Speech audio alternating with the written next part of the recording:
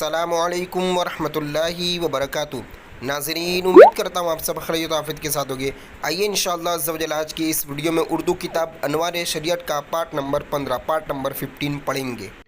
और यूँ कह लीजिए कि जो सबक के काफ़ी इंपॉर्टेंट है अभी तक के सबक के लिए, क्योंकि हम पार्ट नंबर 8 से वज़ू का बयान, फिर पार्ट नंबर 10-11 में हमने गुस्ल का बयान, फिर इस्तिंजा का बयान, ये सब चीज़ें पढ़ी। तो इसमें हमने पानी को बहुत ही इम्पोर्टेंट लिया है ना। तयम्मुम में भी, तयम्मुम में तो पानी की ज़रूरत नहीं होती, फिर भी दूसरे जो अहकाम है इसमें हमने पानी के बारे में पढ़ा।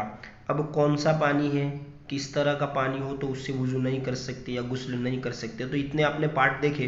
तब ये पार्ट तो बिल्कुल लाजिमी है, ताकि इसमें आपको ये जानने मिलेगा कि कौन कौन से पानी से हम वज़ू कर सकते हैं, कौन से पानी से वज़ू नहीं करना चाहिए, गुस्ल नहीं करना चाहिए। ठीक है, और इसके अलावा इसके मुताल्लिक दीगर मसाइल भी इसमें बताई जाएगी। तो पार्ट नंबर 15 आप लाजिमी तौर पर देखें। देखिए, सवाल जवाब की सूरत में काफ़ी आसानी है हमारे लिए। सवाल, ये कौन नहीं है ना, किन है। ठीक है, कौन भी हो सकता है, लेकिन यहाँ पर लफ्ज़ के हिसाब से किन है। किन पानियों से वज़ू करना जायज़ है, यानी कौन कौन से पानी है। पानी एक हो, पानी हो ज़्यादा हो तो पानियों, है ना, कि वज़ू कर सकते हैं। अब देखिए जवाब को बिल्कुल ध्यान से सुनिए, ऐसा ना हो सुनने में गलती हो जाए। फिर जवाब, बरसात का पानी, है ना, नदी, नाले, चश्मे, समंदर, दरिया और कुएं का पानी। ठीक है, ये सब पानी से आप वज़ू कर सकते हैं। और इसमें भी शर्त है कि फिर आपको मालूम है कि यहाँ पर मतलब नापाकी गिर चुकी है, या फिर आपको बू या जो रंग या मज़ा है जो पानी का वो आपको मालूम चल रहा है, तो फिर आप वहाँ पर उस पानी से मतलब वज़ू नहीं कर सकते, है ना। ये एक मुतलक बताया जा रहा है। ठीक है, कि पिघली हुई बर्फ़ या ओले का पानी, तालाब या बड़े हौज़ का पानी, इन सब पानियों से वज़ू करना जायज़ है। अब देखें, ये इम्पोर्टेंट ज़्यादा ये सवाल है, किन पानियों से वज़ू करना जायज़ नहीं, ताकि हम बच सकें।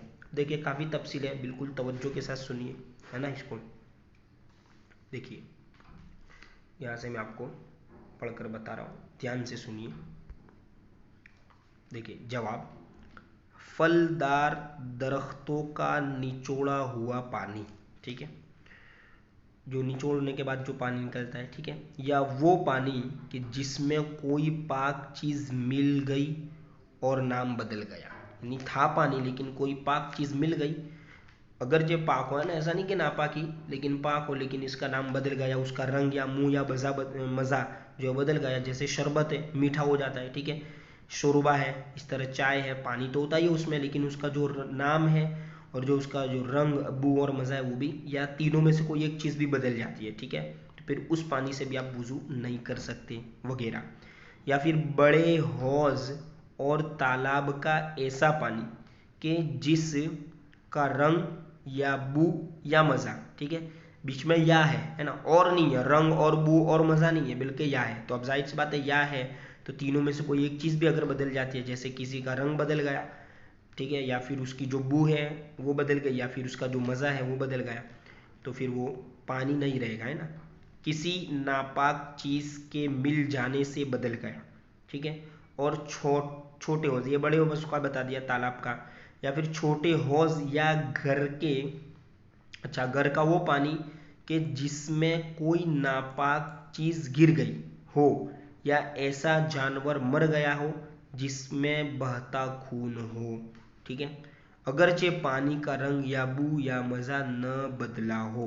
देखिए ये दो सूरत है, ऊपर बता दिया गया कि रंग या बू या मज़ा बदल गया हो कोई, ठीक है, जिसमें मतलब कि पाक चीज़ मिल जाने से बदल गया है। लेकिन अब यहाँ पर क्या है कि छोटा हौज या फिर घर में पानी है और इसमें जो नापाक चीज़ मिल गई, या फिर कोई ऐसा जानवर जिसके अंदर बहता खून है, जैसे कुत्ता है, ठीक है, सूअर है, तो ये तो गिरने से नापाकी हो जाता है। उसके भी अहकाम अलग अलग आगे आएंगा, है ना, आगे बयान पूरा आ रहा है, तो आप तवज्जो से नेक्स्ट जो कंटिन्यू है पार्ट उनको आप देखते रहे। अगरचे क्या है, पानी का रंग या बू मज़ा न बदलाओ, और वो पानी कि जो वज़ू या गुस्ल का धोवन है, इन सब पानियों से वज़ू करना जायज़ नहीं। ठीक है, तो आपको इसको आप बिल्कुल आप इसका स्क्रीनशॉट ले सकते हैं ध्यान से पढ़ने के लिए, है ना। मैंने भी तफसील के साथ बताया आपको। ठीक है, देखिए आगे दूसरा सवाल है कि क्या वज़ू और गुस्ल के पानी में कुछ फ़र्क है।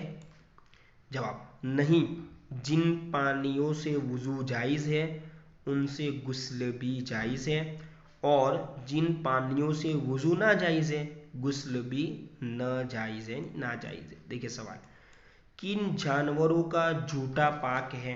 ठीक है, जूठा यानी कि आप यूँ कह लीजिए बोटना, जैसे पानी थोड़ा सा वो पी ले या फिर सिर्फ मुंह लगा दे, है ना, जबान लगा दी, मुंह लगा दिया, फिर पी लिया, तो पीने के बाद या फिर थोड़ा सा मुंह लगा दिया पूरा, तो ये जूठा हो जाएगा। जूठे का मतलब ये होता है, एक होता है झूठ बोलने वाला जूठा, और ये पानी मतलब अड़ के चले जाना जानवर का, मुंह लगा देना, पी लेना, तो ये इसको जूठा कहते हैं। तो कौन कौन से जानवर ऐसे हैं कि जो अगर पानी थोड़ा सा पी लेते हैं, बोट देते हैं, पानी को जूठा कर देते फिर भी पाके? देखिए, जिन, एक कायदा बता रहे हैं, एक रूल्स, इसे याद रखना है, जिन जानवरों का गोश्त खाया जाता है उनका जूठा पाक है। जैसे गाय है ना, भैंस है, बकरी है, कबूतर है, ठीक है, और फाख्ता वगैरह। अच्छा, ये फाख्ता ये लफ्ज़ नया है, इंशाल्लाह अगर एडिटिंग में हो सका तो इसका जो माना है मैं यहाँ पर बता दूंगा।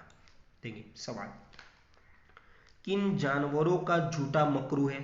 अच्छा, मकरू भी है, तो देखिए मकरू यानी फिर वो पानी से आपको वजू नहीं करना, बेहतर ये है कि ना करें, ठीक है, मना है मतलब। जवाब, घर में रहने वाले जानवर जैसे बिल्ली, चूहा, सांप, छिपकली, और उड़ने वाले शिकारी जानवर जैसे शकरबाज, है ना, बहरी, चील, कौवा, ये सब उड़ने वाले यानी जो ज़्यादा उड़ान के साथ उड़ते हैं।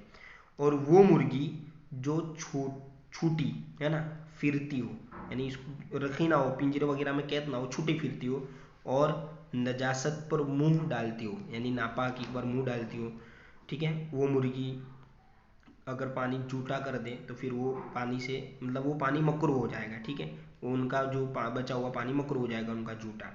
और वो गाय जिसकी आदत गलीस खाने की हो, यानी जो इधर उधर का नापाक वगैरह सब खा रही थी वो, ठीक है, उन सब का जूठा मकरू है। देखिए आगे सवाल, किन जानवरों का जूठा, है ना, नापाक है? वो मकरू तो हो गया, अब नापाक किस किस का है, यानी अब इससे तो पानी आप बिल्कुल यूज ही नहीं कर सकते, यूँ कह लीजिए। तो जवाब सुअर, ठीक है, इस तरह कुत्ता, शेर, चीता, भेड़िया।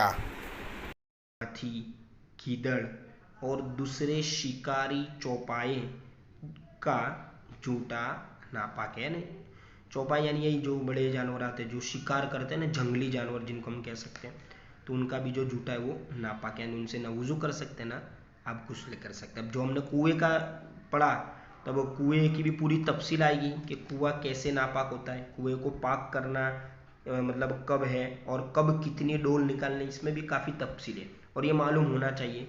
अभी तो इतना नहीं है, लेकिन जो शहर वाले लोग हैं इनको इतना नहीं ज़रूर पड़ती, पानी वगैरह आ जाता है, लेकिन जो गांव में रहते हैं उनके वहाँ यहाँ पर ये मसाइल हो सकते हैं। तो थोड़ा सा जहन में होगा तो कि आप कभी अगर आपको याद न भी रहे, लेकिन जब ज़रूर पड़ी तो आपको इतना तो याद रहा कि चले अनवार शरीयत का 16वां पाठ है, या फिर पेज नंबर आपने याद कर लिया कि किताब का ये पेज है, तो आप ज़रूरत के वक्त आप उसे निकाल कर आप लोगों को दिखा सकते हैं या लोगों का मशवरा दे सकते हैं। अब इंशाअल्लाह अज़्ज़ वजल पार्ट नंबर 16 में कुएं का बयान पढ़ेंगे।